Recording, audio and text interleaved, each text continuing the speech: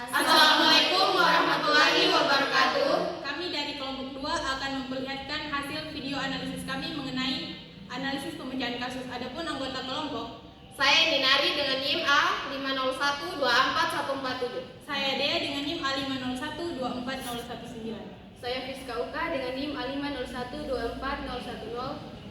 Saya Elsa dengan NIM A50124058. Saya Abdul Kadir Harmain dengan NIM A50124132. Saya Rafiz Zakraini dengan NIM A50124069. Assalamualaikum warahmatullahi wabarakatuh. Perkenalkan, nama saya Elsa dengan NIM A50124058. Baik, di sini saya akan menganalisis dan memberikan solusi mengenai salah satu viral di Pasuruan.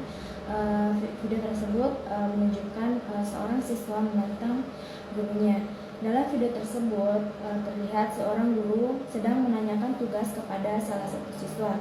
Namun siswa tersebut malah menunjukkan sikap menantang dan tidak mau ditegur. Guru itu kemudian meminta siswa tersebut untuk mengambil buku dan juga tasnya.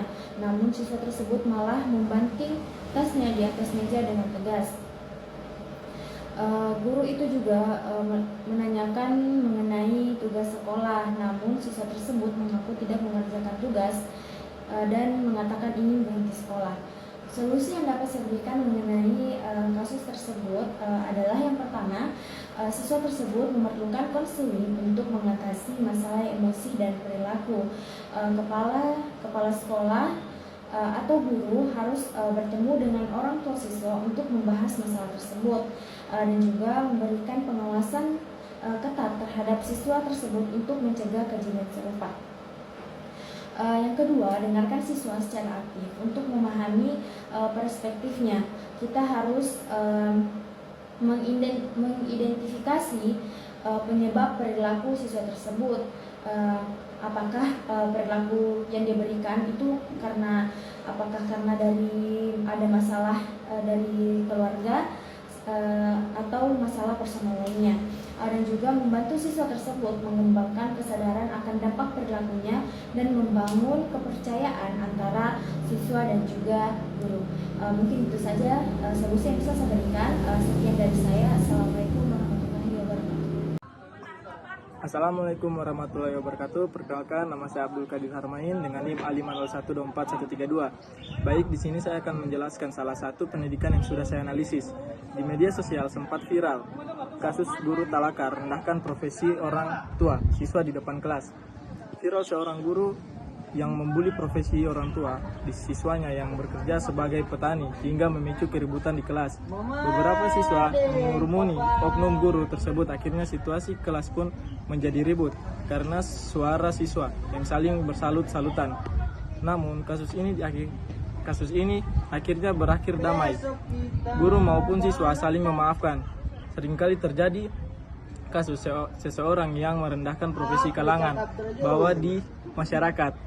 Penyebab kasus tersebut kurangnya empati sesama manusia, sehingga mereka tidak peka terhadap perasaan siswa yang berasal dari profesi tertentu. Baik.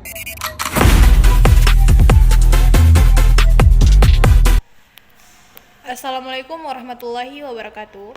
Perkenalkan, nama saya Dea dengan NIM A50124019. Saya dari kelas A. Tujuan saya membuat video ini yaitu untuk menyelesaikan tugas ujian akhir semester yang diampu oleh Ibu Eka Nurwahyuni SPD MPD mata kuliah pengantar pendidikan. Adapun tugasnya itu menganalisis kasus yang telah ditentukan, dan saya pun memilih kasus seorang guru menghina pekerjaan orang tua wali murid di depan kelas. Menurut perspektif atau pendapat saya, kita ketahui sendiri bahwa seorang guru merupakan elemen atau suatu hal yang paling menonjol dan paling dicontohi dalam lingkungan sekolah.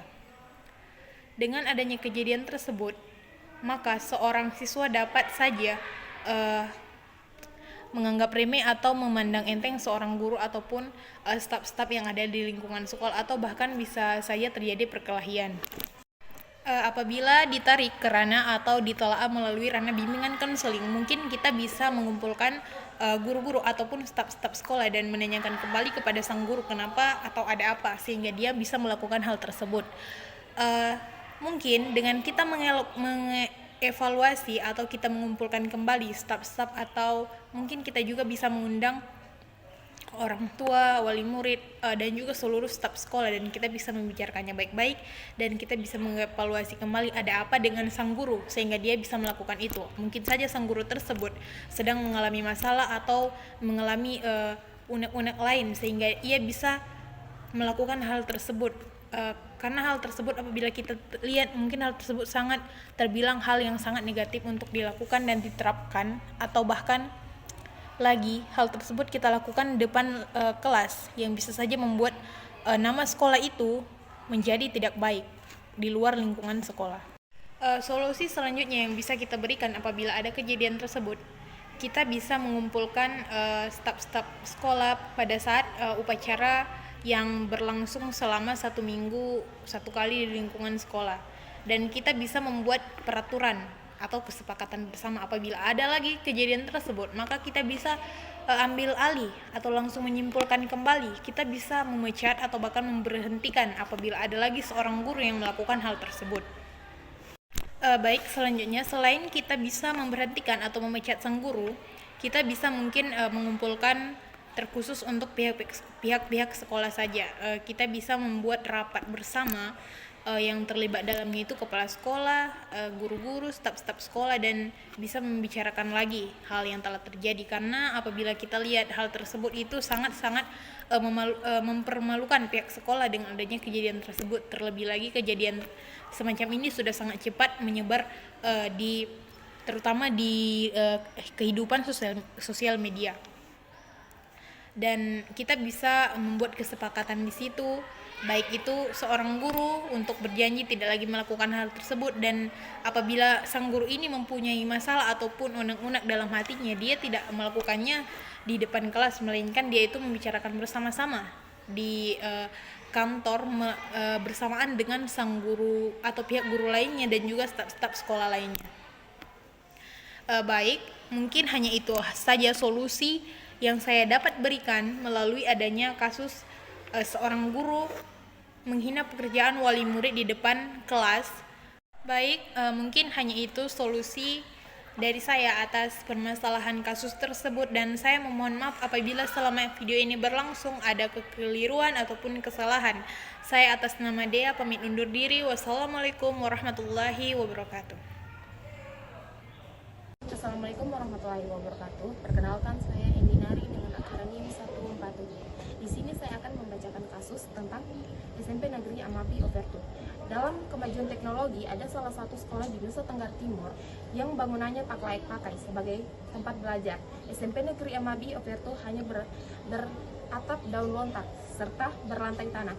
Saat hujan pun mereka terpaksa harus mengungsi dan berpindah-pindah kelas. Meskipun demikian, permasalahan itu tidak mengurungkan niat mereka untuk belajar dan menuntut ilmu. Pihak sekolah sudah mengajukan ke pemerintah untuk membangun sekolah yang lebih layak, tapi usulan tersebut belum terkabulkan, sehingga setiap hari mereka harus menggunakan gedung yang tak layak pakai. Solusi untuk permasalahan ini, permasalahan yang dialami SMP Negeri Amapi, Nusa Tenggara Timur, memerlukan solusi yang harus melibatkan pemerintah daerah maupun pemerintah pusat. Pemerintah pusat seharusnya memberikan anggaran pendidikan khusus untuk pembangunan sekolah daerah yang tertinggal. Tim monitoring di Dinas Pendidikan juga sebenarnya harus turun langsung ke lapangan untuk memastikan realisasi usulan pembangunan. Masyarakat juga dapat bergotong royong untuk memperbaiki atap dan lantai sekolah secara sementara sambil menunggu pembangunan yang permanen, atau bisa juga organisasi lokal internasional bisa membantu menggalang dana untuk membangun sekolah tersebut. Sekian dan terima kasih. Assalamualaikum warahmatullahi wabarakatuh. Perkenalkan, nama saya Fiska Uka dengan NIM 501241010. Baik, di sini saya akan menjelaskan salah satu permasalahan pendidikan yang sudah saya analisis, yaitu mengenai kasus Sansiang usia 13 tahun sudah menjadi sarjana dan memilih untuk menganggur. Sansiang adalah sosok yang luar biasa cerdas. Ia berhasil meraih gelar sarjana pada usia yang sangat muda, yaitu 13 tahun. Prestasi itu tentu saja membanggakan dan menjadikan sorotan media. Namun setelah meraih gelar sarjana, Sansiang justru memilih untuk menganggur. Keputusan ini tentu saja sangat mengejutkan banyak pihak, terutama mengingat potensi besar yang dimilikinya. Sebagai seorang jenius, Sansiang mungkin merasa terbebani oleh ekspektasi tinggi dari masyarakat. Ia mungkin merasa kesulitan untuk memenuhi harapan orang-orang sekitar. Setelah mencapai prestasi yang luar biasa di usia muda, Sansiang mungkin mengalami krisis identitas. Ia mungkin bertanya-tanya tentang tujuan hidupnya dan apa yang sebenarnya ia capai. Tanpa adanya tujuan yang jelas, Sansiang mungkin kehilangan arah dan motivasi untuk bekerja. Keputusan Sansiang untuk menganggur adalah sebuah pilihan yang kompleks dengan berbagai faktor yang memengaruhinya. Kita tidak bisa serta-merta menghakimi keputusan ini, namun kasus ini memberikan kita kesempatan untuk merenungkan tentang pentingnya keseimbangan, dukungan, dan pencarian jati diri. Apa yang harus dilakukan untuk mencegah kasus tersebut?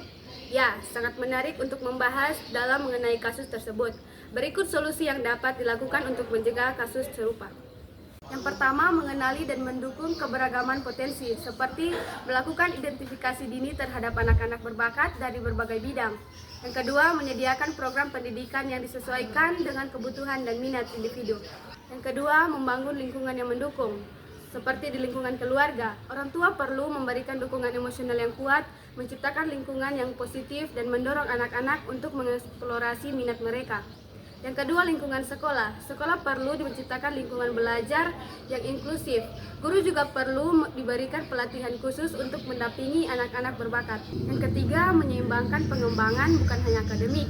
Penting juga menyeimbangkan dengan pengembangan sosial, emosional, fisik, kegiatan ekstrakurikuler, dan waktu istirahat.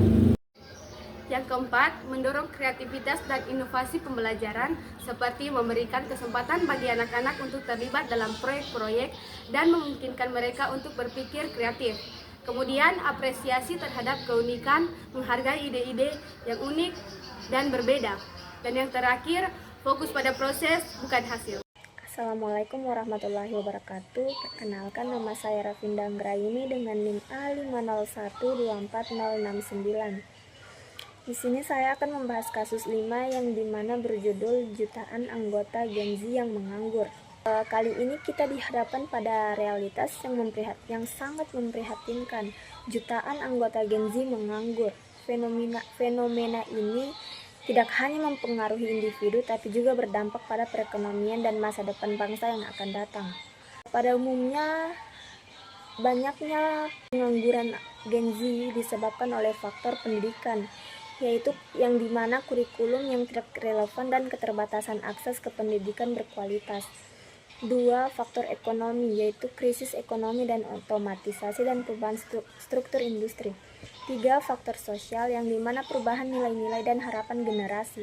4. Faktor teknologi, yaitu perubahan cepat teknologi dan keterampilan yang tidak sesuai. Untuk solusinya, yaitu ada solusi jangka pendek dan solusi jangka panjang, yang dimana solusi jangka pendek ini ialah untuk melatih keterampilan praktis seperti teknologi informasi, digital marketing, dan kerja online.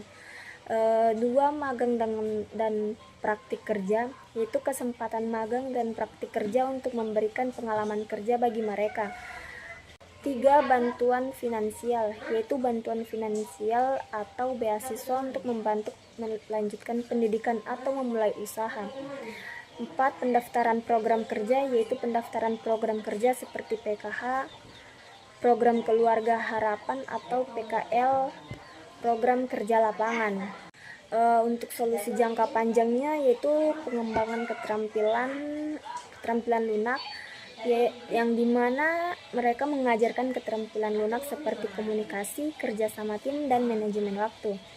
2. Pengembangan wirausaha, yaitu mendorong dan mendukung pengembangan wirausaha. Untuk solusi dari pemerintah ialah mengembangkan kebijakan pendidikan yang mendukung pengembangan keterampilan. 2. Program latihan, yaitu menyediakan program pelatihan dan pengembangan sebuah keterampilan. Untuk solusi dari masyarakat ialah mendukung pendidikan dan pengembangan keterampilan, menyediakan kesempatan kerja, mengembangkan kesadaran, dan mendukung wirausaha. Sekian dari saya akhiri, wabillahi taufiq walhidayah. Assalamualaikum warahmatullahi wabarakatuh. Sekian paparan video dari kami. Wassalamualaikum warahmatullahi wabarakatuh.